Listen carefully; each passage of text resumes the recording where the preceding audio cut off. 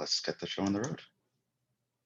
Hello, everyone. Hope you're well. Welcome to another edition of Math 1108. We are going to continue our excursion into interest, so let's jump into it. Let's make sure I can see the screens.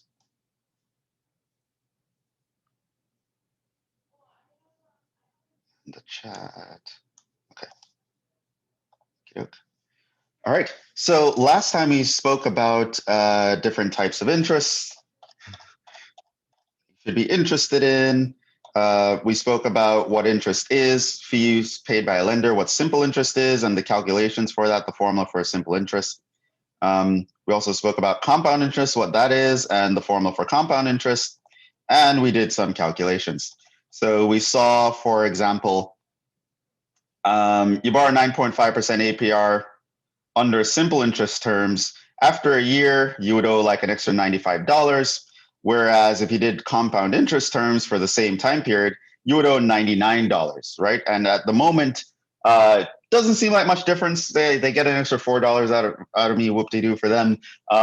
However, over time, it can add up. And I'm actually going to start today's class with an example to show you that.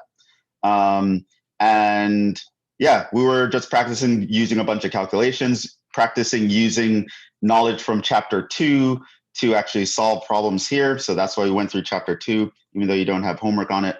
We actually also spoke about some real life situations in which you will encounter different types of interest. And then in the notes, I put some examples that I plan on doing today.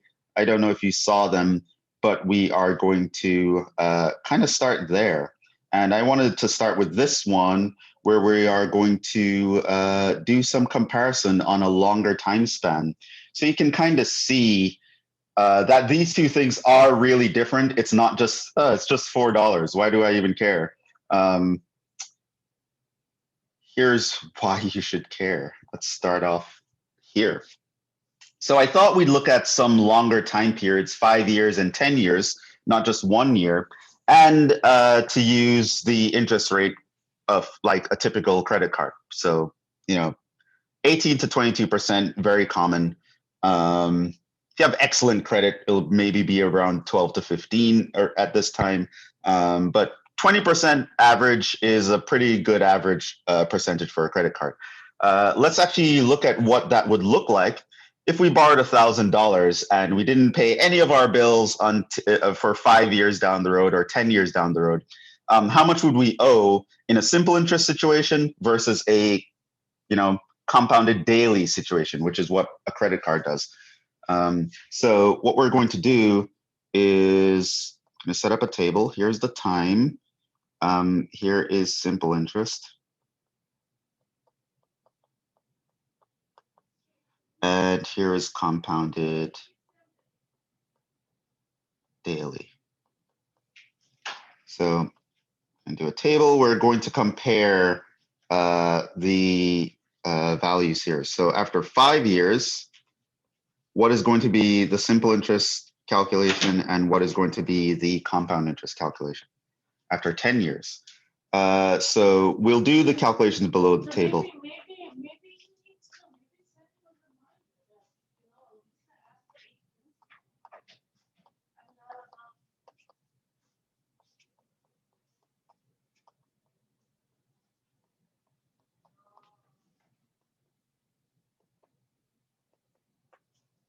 Okay, so we're going to come back and fill that in, but let's actually do the simple interest.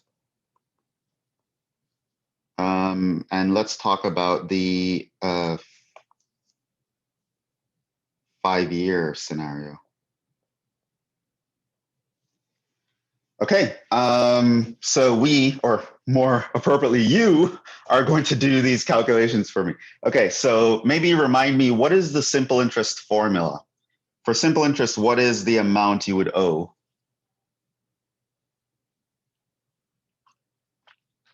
Just the general formula.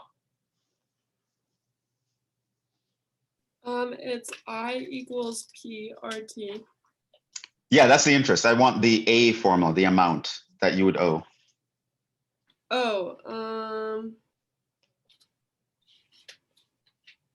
is that? Oh, I don't know what that is then. Sorry. Does anyone else see it in the notes? Like it's in the notes of what we did last time. Is it the A equals P and then parentheses 1 plus R over N to the NT? No, that's not simple interest. That's compound interest. Yeah, no, that's compound. Yeah, yeah, you have compound. Close, Find simple. A equals P parentheses 1 plus RT. Yeah. So you need to know your formulas and make sure you label them and you underline it so you know this formula applies to this situation, because by the time the first test comes around, we're going to have a bunch of formulas. So you're going to need to be able to find your formulas quickly and know that you're using the right formula. You don't want to use a compound interest formula for a simple interest situation, because then you'd, of course, get the wrong answer. So 5 years. So what we're going to do here is we know the principal, which is 1,000, the APR, which is 20%, which is 0.2. So for the 5 years, I know my P is equal to 1,000. My R is equal to 0.2. My T is equal to 5. So this means I have A equals. So this is going to be 1,000 times 1 plus 0.2 times 5. And what is that?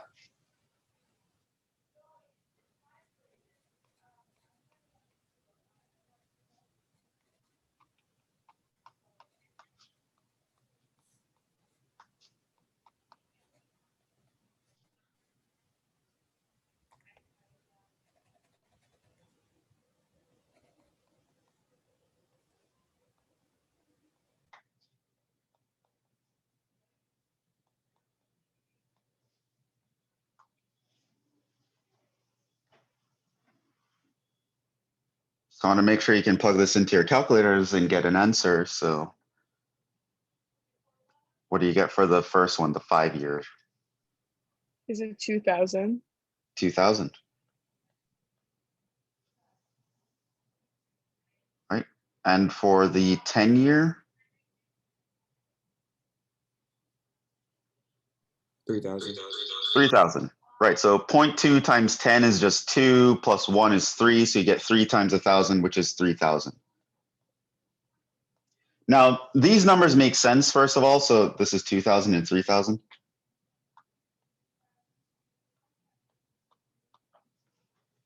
So I just like to point out that these numbers should make intuitive sense because 20% means 1/5.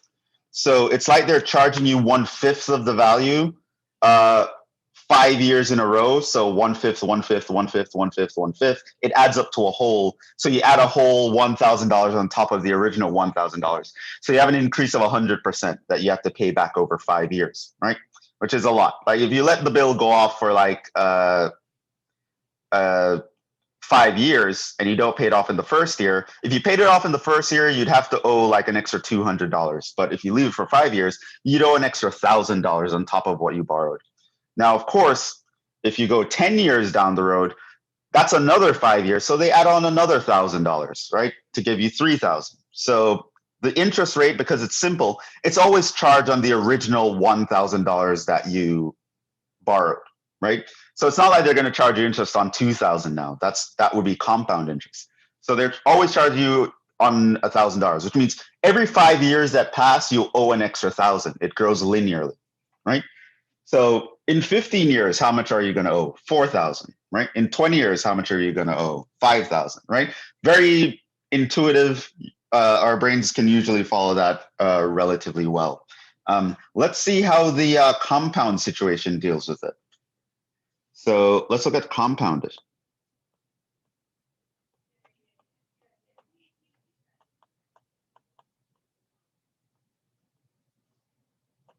What's the compound interest formula?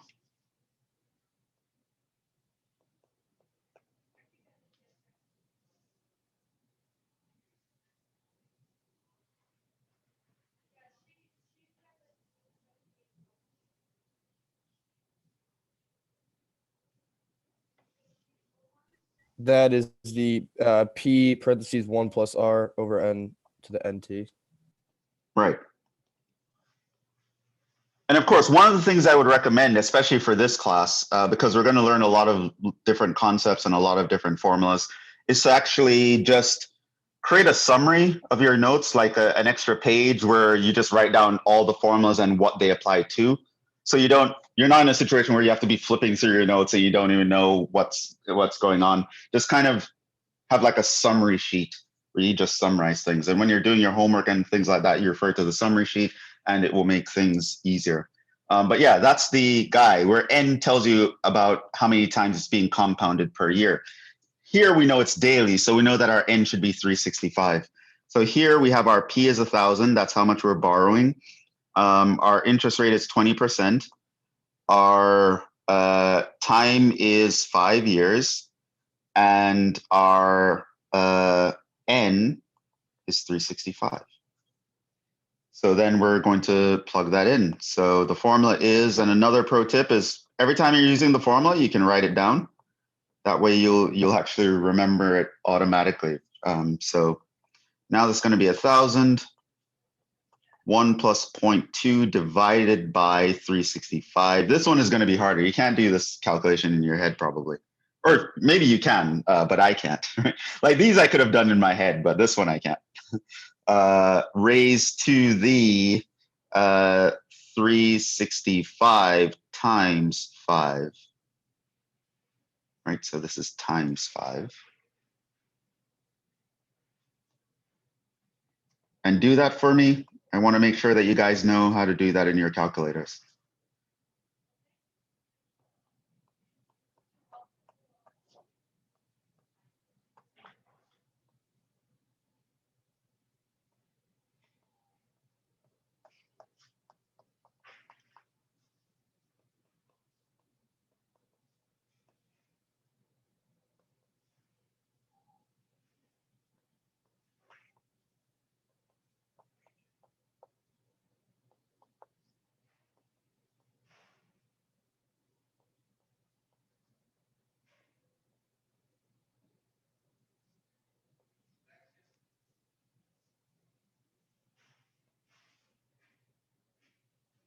So what's the first one, the 5 year?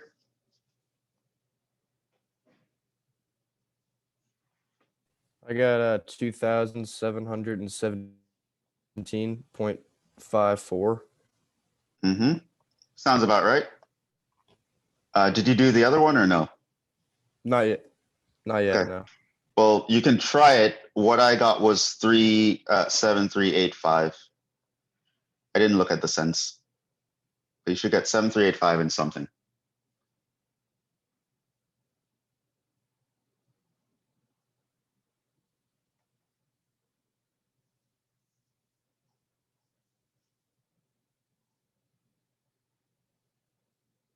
Yeah. Yeah, what cents did you get? 0.01. Okay, 1 cent. Okay, so 2717 and 54.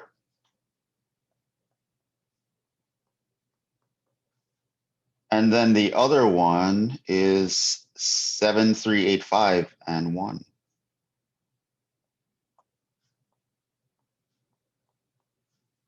Okay. So hopefully now you start to see the difference between simple interest and compounded interest. It's not just a $4, like a handful of dollars kind of thing. So the first year, compounding daily, you'd have to pay an extra $700. And if you thought that was bad, you might think in the next 10 years, okay, so 700, maybe it's not that much to you, so you're like, yeah, I'm okay with paying an extra 700. So I guess after another 5 years I'd have to pay an extra 700, right? Nope, you'd have to pay an extra $4,385. So you are growing by so much, like, and this is on top of the simple interest that we're even looking at here.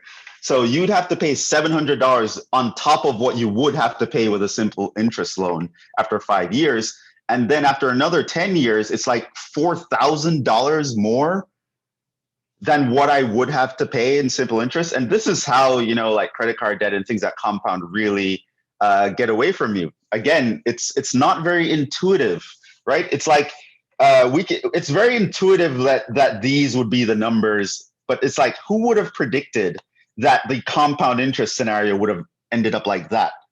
I'm going to jump by an extra 700 and then an extra 4,000. Like, what? How does that even happen, right? But that's what happens, right? This is how compound interest can sneak up on you. Now, this can be good or bad, right? So if you're in a compound interest scenario where you're borrowing money, it's bad, right? It's bad. However, if you're investing your money and taking advantage of compound interest, this is great, right? So this is why don't save your money in a checking account, right? Save it in something else, right?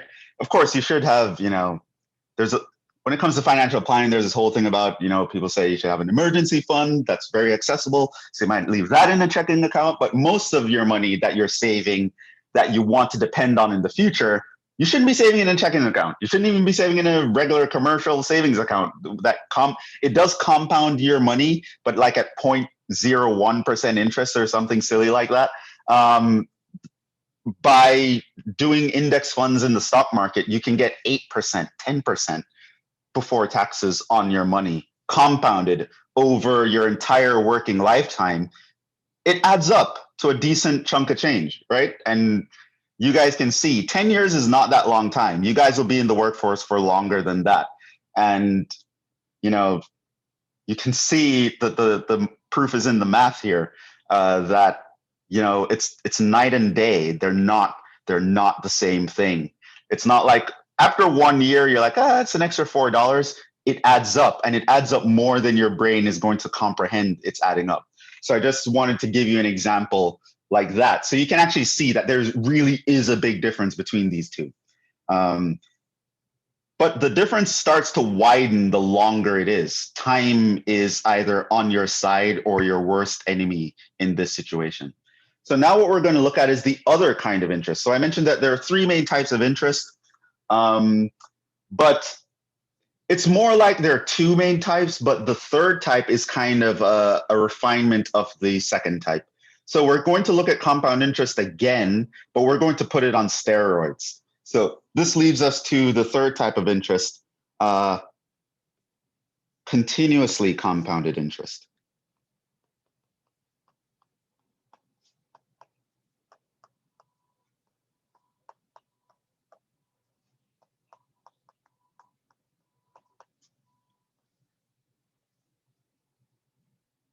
Okay, so what is continuous compounding? This is when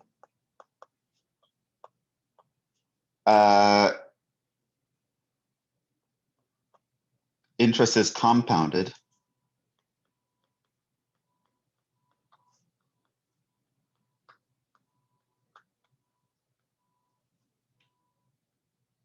and, put in quotes here, infinite number of times.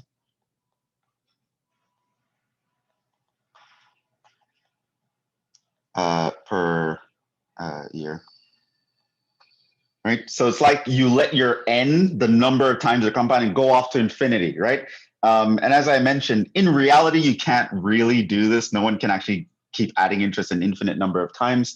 But it's important that we understand this for theoretical reasons. It can give you kind of the worst case scenario or the best case scenario in the case of investing, as well as there are a lot of formulas that we can derive based on studying this situation. And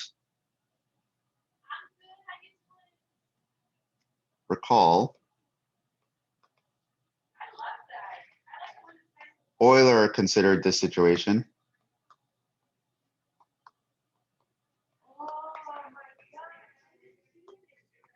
for $1 at 100% APR. So even worse than the credit card. And he found, remember, this was a couple of classes ago, that if he started putting $1 compound interest, so it's 1 plus 100%, which is 1 over n, raised to the n times 1 in 1 year, 100% APR over a year,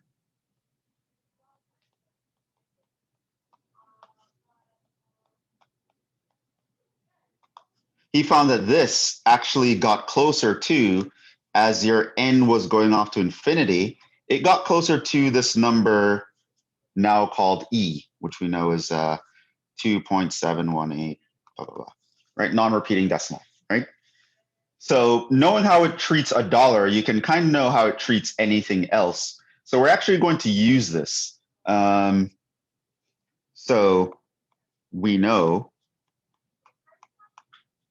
that this expression, 1 plus 1 over a variable raised to that variable, gets close to the number e as the variable gets close to infinity. So we're going to use that to figure out the formula for continuous compounded interest. So here's what we're going to do.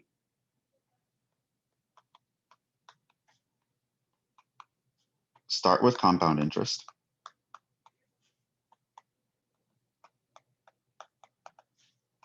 So that's going to be your p times 1 plus r over n to the nt. Now we want to let n go to infinity.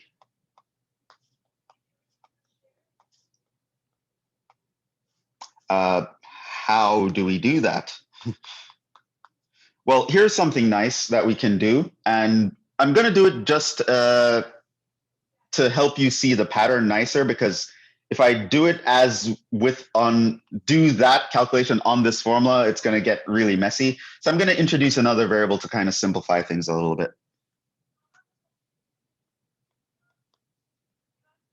Let x equals n over r. So it's the reciprocal of this part right here.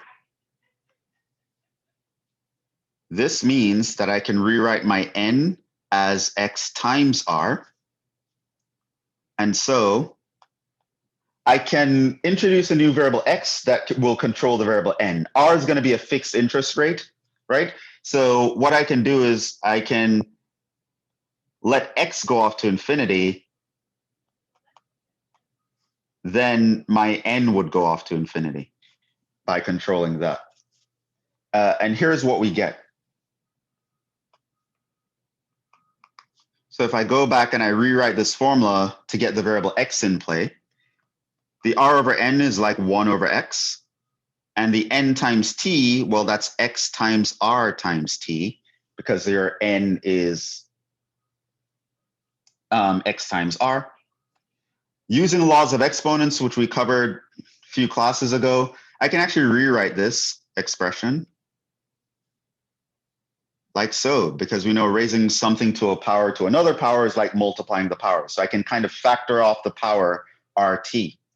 Now, if you look at the inside, the 1 plus 1 over x to the x, that looks very much like 1 plus 1 over n to the n. In fact, it's the same kind of thing. You just have some other variable. And so as x approaches infinity, that guy is going to give you e. Euler figured that out. So you're going to have p, e, and that's raised to the rt. This means we get this formula, A equals P e to the RT. And this is the continuously compounded interest formula. Formula for future value under continuous compounding.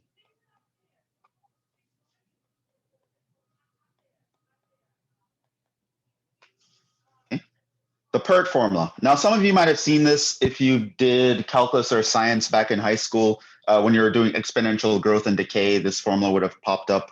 But yeah, we're going to use it here. The PERT formula.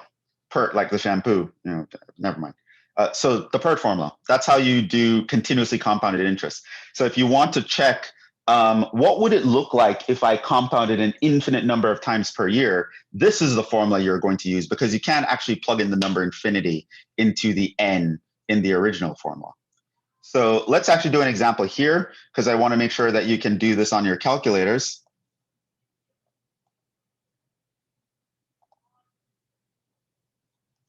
So you should be able to find an E on your calculator somewhere.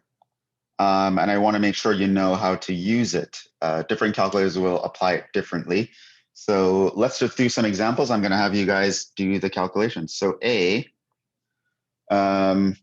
so we have, again, let's look at the 9.5% APR like we were considering last class. Still borrowing $1,000. APR is 0.095. T is 1 year. And n is going off to infinity.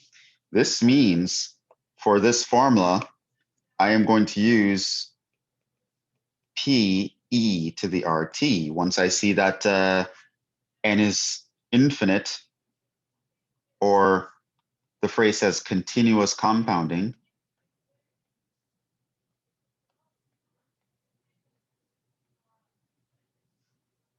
or compounded continuously, or something similar. So that will be in the question.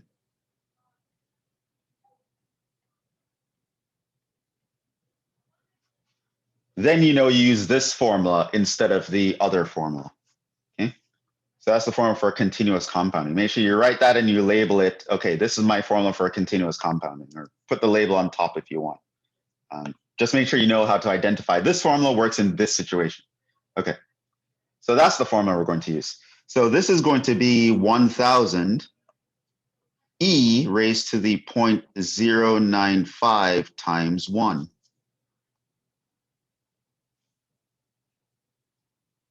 So actually do that calculation for me to make sure I know that you guys know how to use your calculators. Tell me what you get.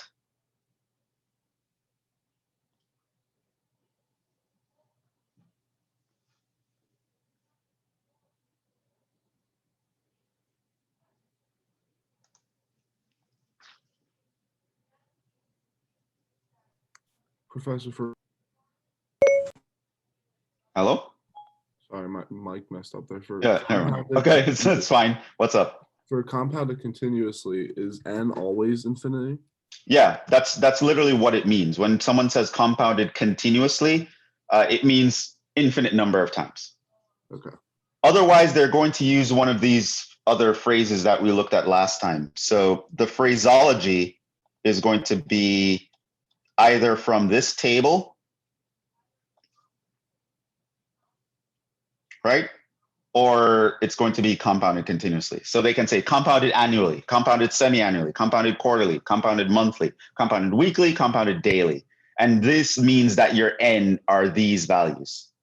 However, if someone says compounded continuously, it means that your n is infinity, quote unquote, but you can't actually plug in infinity. So thanks to Euler, we figured out this formula. So yeah, compounded continuously, your n is always infinity. And when you do that, you use this formula. So what do we get here?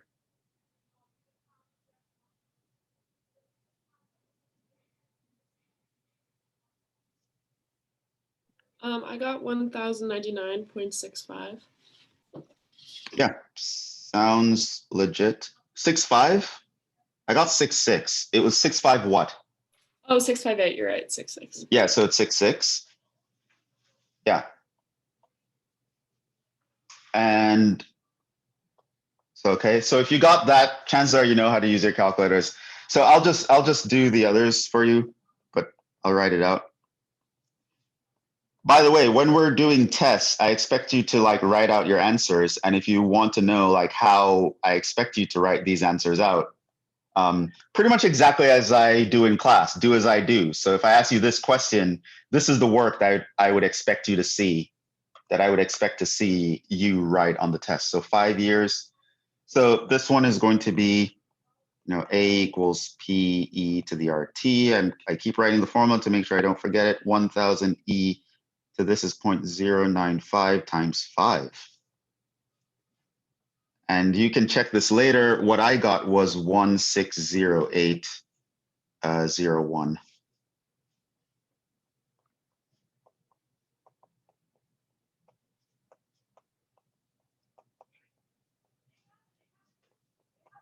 Uh, 10 years down the road, what is it going to look like? Well, again, A equals PE to the RT. 1000 e to the 0.095 times 10. When I did this, I got 2,585 and 71 cents.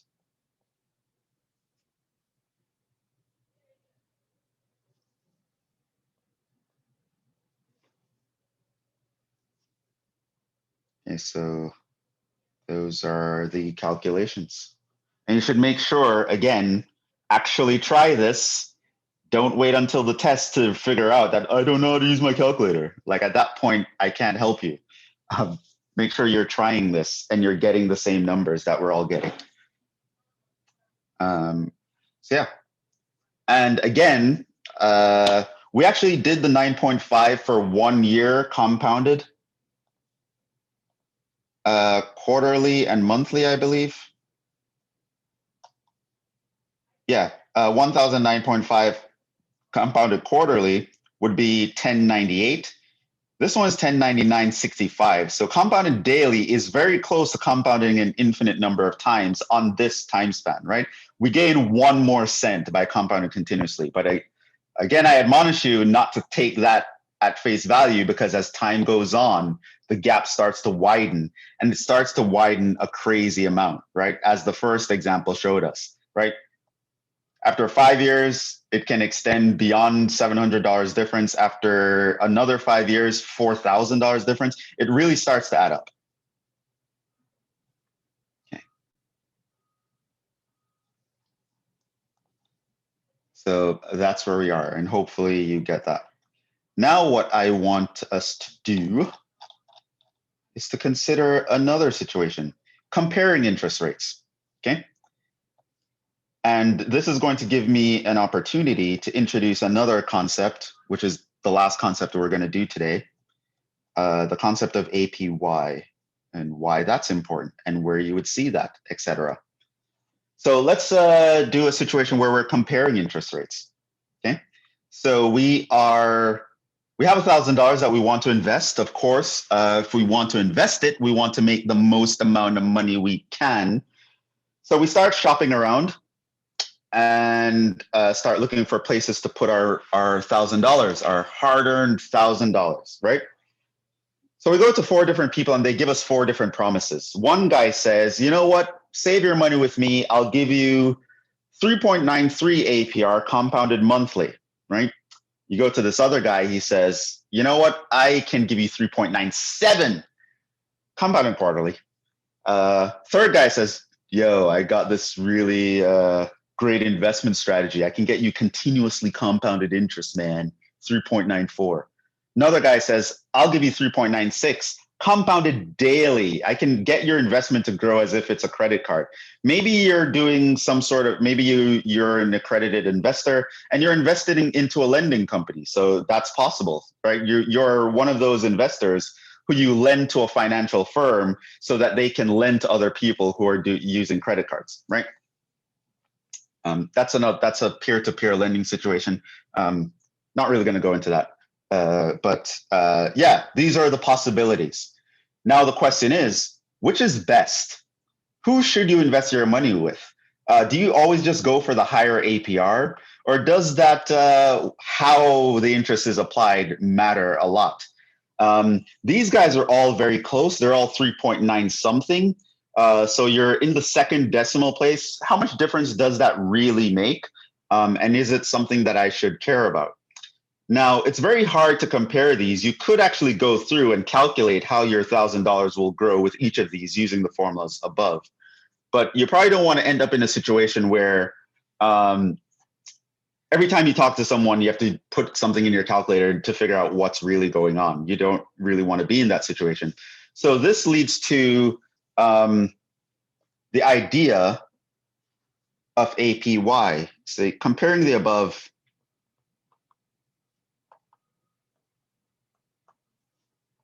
can be annoying.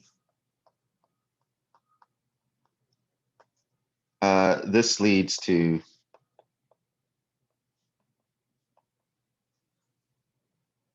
desire for a new measurement Introducing something called APY, or annual percentage yield. APY. AKA, you can also hear this phrased as the effective interest rate. And I'm going to talk to you more about why it's called the effective interest rate. In some sense, it's what's really going on, because the interest rate given to you in APR is not the real interest rate. We are going to see why that is. So this leaves you with the APY, and I have some examples here.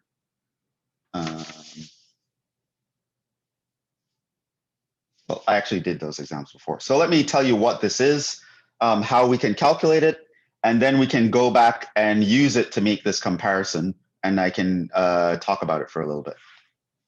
So what this does, APY is a measurement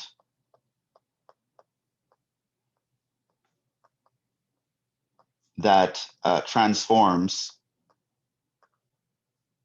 a given interest rate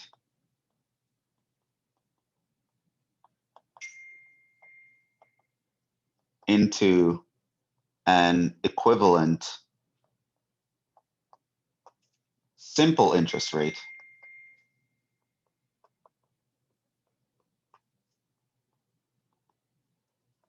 over 1 year. Now, this is good, right? For a couple of reasons. Simple interest rate, it's very easy for us to wrap our heads around, right? Going back to our first example, it jumped by predictable amounts. I wasn't thrown off guard like, whoa, like our brains are good at measuring linear functions, as I mentioned, right? So it's very easy to see, very intuitive that in this situation, yeah, I would, if I leave it for 5 years, I'll get $1,000. For another 5 years, another 1,000. Another 5 years, another 1,000. Compound interest can get confusing. Your brain is not really going to know how it's going to behave without you doing the detailed calculations, right? So it's like you want to go from a situation like this to a situation like this, right? So that's the idea behind APY. It's going to take whatever kind of interest rate you're given, if it's compounded or blah, blah, blah, and it translates it to simple interest terms where you can really see what's going on. So let's, how do we do that? So suppose we're given R% compounded, or R APR.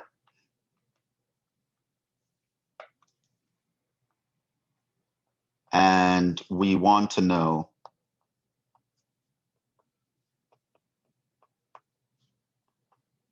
the R rate, which is equivalent to simple interest.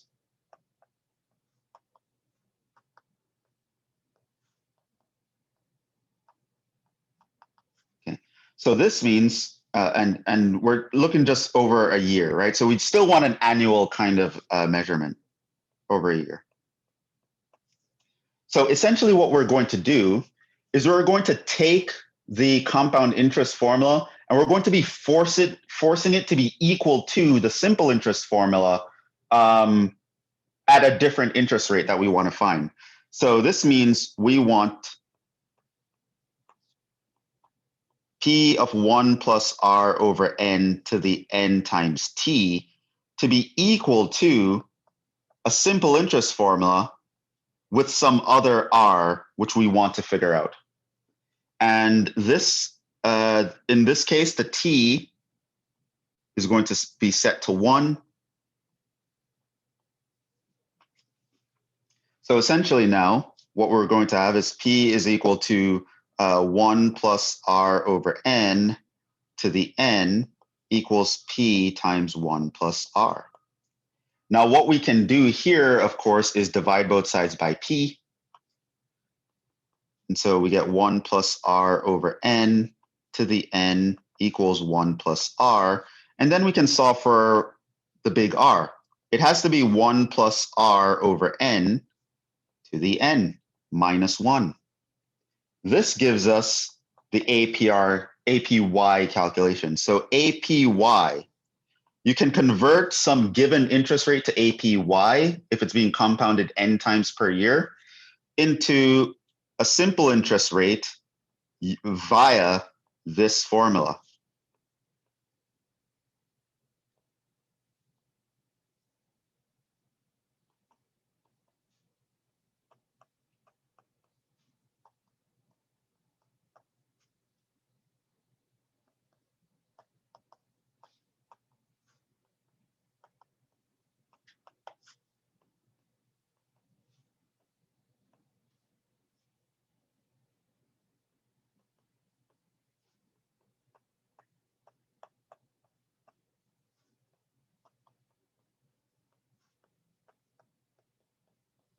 So if someone tells you, oh, I'm compounding this 4 times per year, or 12 times per year, or 36 times per year, that's your n, you can plug into this formula.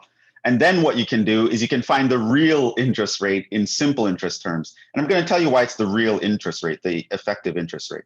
Now, also, you'll realize that there's an n here, which means if you're in the compounded continuously situation, that means n is infinity. You can't really plug in infinity. So I should mention in the continuous compounding scenario, this formula actually changes to include e. I'm not going to derive that for you, though. I'm just going to tell you. In the continuous compounding scenario,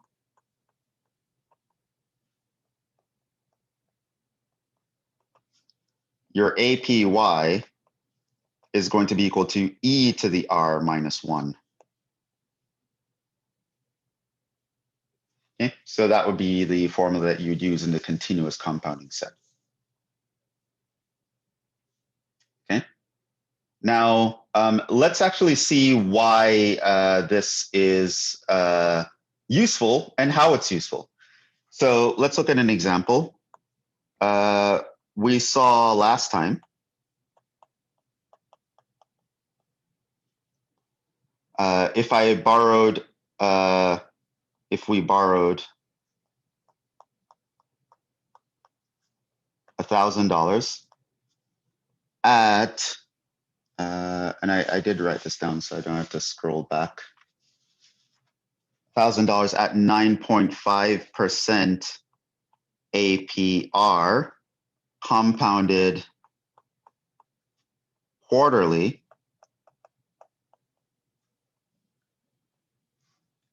Then after 1 year, we would owe $1,098.44, right? Now, what does that mean? This means, I want you to appreciate, this means effectively it was a 9.844% interest rate.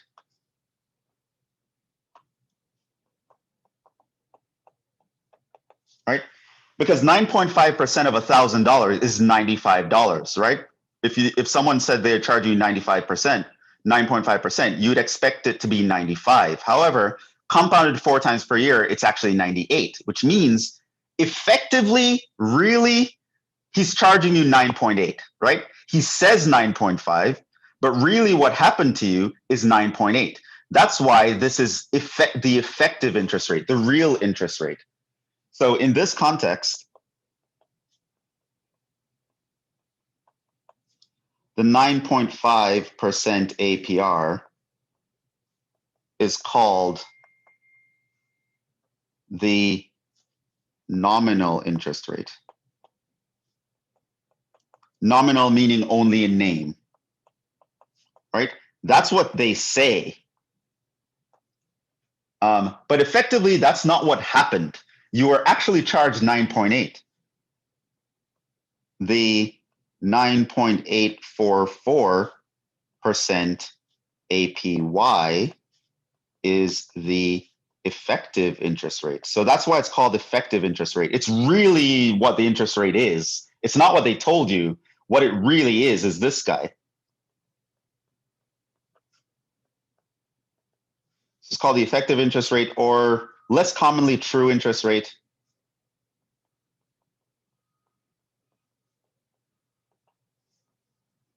That's less common. Right? So when you go into this scenario and the guy says 9.5 APR, you should be aware that really what it is 9.8, right? 9.5 is just what they told you in name. Effectively, what happened to you is 9.8. Now I want to show you, how would you know that effectively it's 9.8? We can figure this out using the APY formula.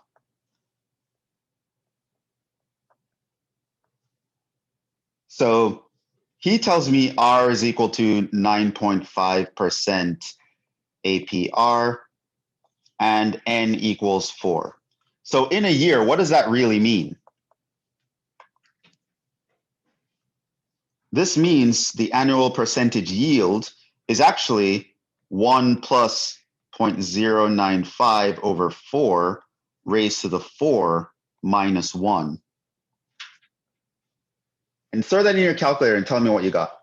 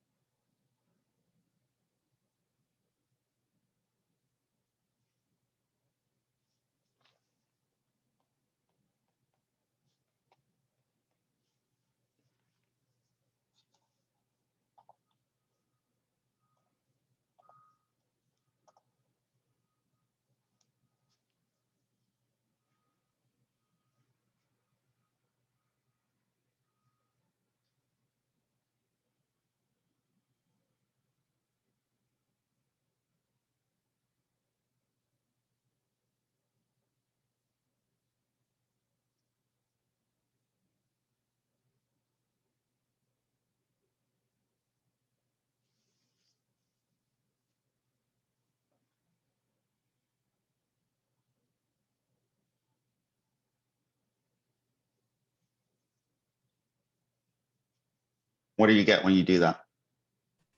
Is it 0.098? 0.098. Give me some more. Some more decimals. 438. Okay, so if I rounded it off, it would be 4, right? Which that's 9.844%, right? Which we did that calculation last time, and that's what we got, right? So that's exactly what we should expect. So when he told us 9.5, we can go to the side and do this calculation, and so he really means 9.8, right? You understand? So that's what the APY is about, right? The APY tells you what's really going on. So the 9.5 is nominal because, again, compound interest works very weirdly in our human brains. It's not very intuitive. So a lot of times when things are quoted to you in compound interest, it's not really what's going on. So whenever if you're in this situation, what you would do is you would instead, don't tell me APR, request the APY. Now I went through and I did these calculations for you guys, so I'm just going to write the answers down. So these are all the nominal interest rates. So these are all nominal. That's what they tell you in name. But what's really going on? Well, if you were to do this formula in the first, second, and fourth rows, and then the e to the r formula in the third row, here are the numbers you'd actually get. It turns out that this really means 4.002%. This one really means 4.029%. This one really means 4.019%. And this one really means 4.039%. So what they're telling you is not what you would actually get, right? You would actually get these percentages over here. Now, which one is the best if you're investing?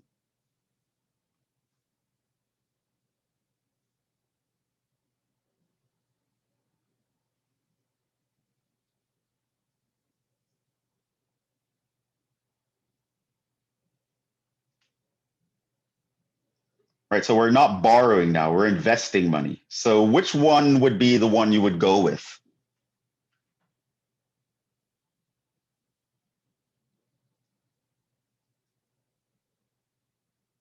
The last one.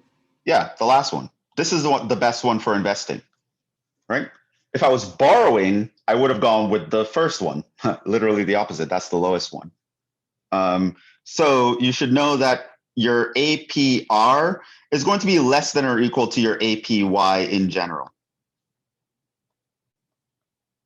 Right? They're equal if the original APR is a simple interest APR. Now, that leads to some things that I'm just going to wrap up with a few comments here. Some things that I want you guys to start noticing. For this reason, you're going to notice, or hopefully from now on, you're going to start to notice when one thing is used versus the other. Lenders, let's just leave it at lenders, use APR, right? So if you're going for a loan, a car loan, a credit card, a personal loan, line of credit, whatever, they're going to tell you APR. Hey, I'm only going to charge you 9.5% interest rate if you take out a loan with me, right? Whereas borrowers, investment firms,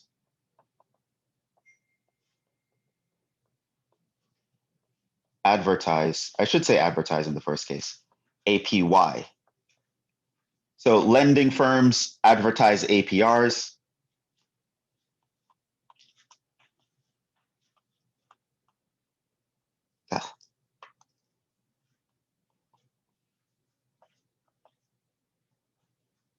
And lending firms advertise APYs. And this is why, and I want you guys to actually notice this. Go look at your bills, go look at advertisements that you're seeing, and really start to notice your credit card bill, right? Any loan that you take out, your student loans or whatever, they're going to tell you APR, right? Credit card, 18% APR for the first year, jumps to 22 after blah, blah, blah. They're going to mention APR. It's in the writing. Look at your savings account statement. You're going to notice that that says APY. And then CDs, they'll tell you APY. If you're investing with someone, they'll tell you APY because that's going to be the larger amount. So the lender wants you to think that you're being charged less of an interest rate than you're actually being charged. So they're going to say, oh, borrow money from me and it'll be 9.5 APR that you'd have to pay back. Whereas someone who wants you to invest with them would instead give you the APY figure. They'll say, invest with me and I'll give you 9.8 back. So now you're like, whoa, I can make more money. Or in the lending case, you're like, oh, I don't have to pay as much money. But really, the APY is the real thing. But the thing is, they're only going to be honest with you, quote unquote, honest with you like that, if they're wanting to borrow your money. They'll tell you APY. So start noticing ads, start noticing your statements, start noticing your bills. If they're lending you money that you have to pay back, they're telling you APR. If they're asking you to lend them your money to invest or do whatever, they're going to tell you APY. Start noticing. And that's because APY is the effective interest rate. It's the true interest rate, and it's normally higher than the APR. So if they want you to think that something is of lower interest rate, they'll tell you APR. They want you to think it's a higher interest rate, they'll tell you APY. So it's a business decision. It's not just random. So some of you might notice seeing APR and you might not know why you would see it in certain places and APR in other places. And you might think, are they the same thing? They're not the same thing. The APY is higher and it's your effective interest rate. The APR is the nominal interest rate. That's only what it is in name. It's not really what's happening to you. So we're going to wrap up there unless there are any last minute questions. Okay. Yeah, so next week is going to be fun. We're going to look at the repeated payment scenario because everything we've been doing here, you just put $1,000 into an account and you forget about it. But in reality, that doesn't happen. People invest repeatedly, right? So we're going to look at that. What happens if you're doing $1,000 every month, for example? That's going to lead us into section 3.3 and 3.4 of our textbook, and it should be fun. But for now, we will stop there. Hopefully you understood everything. Thank you for your attention. Yeah, homework is in. Oh, hold on. So someone asked a homework question here, which I showed the last class, so I should probably show you guys. Homework is posted, and it is in my my lab. So let me share the screen here. So if you go to the class website, which is here, you'll notice that everything is here. So online homework is here, which means for this section, RO5, your course ID is this, and you can sign up according to the instructions here.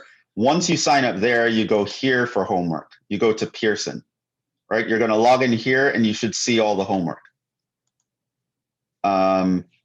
In regards to homework, as I mentioned, there are two main deadlines. So all the homework that you need for all the topics up to test 1 are due like the week before test 1. And then all the remaining homeworks are due like the week before test 2. So you don't have deadlines week to week. I give you the flexibility. You might, depending on how busy you are, you might have to put homework off a little bit. But I highly encourage you to try to keep up with the homework as we're doing in class. But technically, they're only due at 2 points in the semester. And if you go to the syllabus, you'll know where the tests are. So you'll know when the homework is due. So in the syllabus, you see that your first test here is March 14th, which means all the homework is going to be due before that, maybe March 13th, March 12th, or something like that. And that's all the homework for all these sections up here. Then the second test is on May 5th, which means all the remaining homework is going to be due like the week before. So May 3rd or May 4th or something like that. So, and all of that you do at the online homework website, which I showed you here. Now, when you're doing the tests, you do not go here. The tests are done in Gradescope. So you'll go down here to take the test. You go here, you'll go into Gradescope. I have all the classes I'm teaching here. This is not you guys. You guys are here. So when your test comes up, it'll pop up right here on like March 14th. You'll see test 1 right here or whatever. So that's where you would take the test. Grades are here. That takes you to Jupyter. And as if you didn't realize, the lecture videos and the notes are posted here. So if you look there, here are all the lectures. If you go into one, like this was the one that we did on Wednesday. If you go there, you'll notice in the description is where the notes are posted. So if you click on that, it'll take you to the PDF of the notes that I did in class. So you can find the notes. It's loading very slow because I'm in Zoom. So, and you can find the notes here that we do in class. So that's where you find everything. From the class website, you can get to everything, right? So yeah. So hopefully that's clear. So homework is there, but it's not immediately due. But I would say you should pretend it's immediately due. Right now, you should be able to cover all the homework for sections 3.1 and 3.2. And I would do those as soon as possible. I would not wait until like the week before the test. It's too much. So yeah, thank you for your attention. Hopefully that was helpful. And I will see you guys in the next one. See you guys on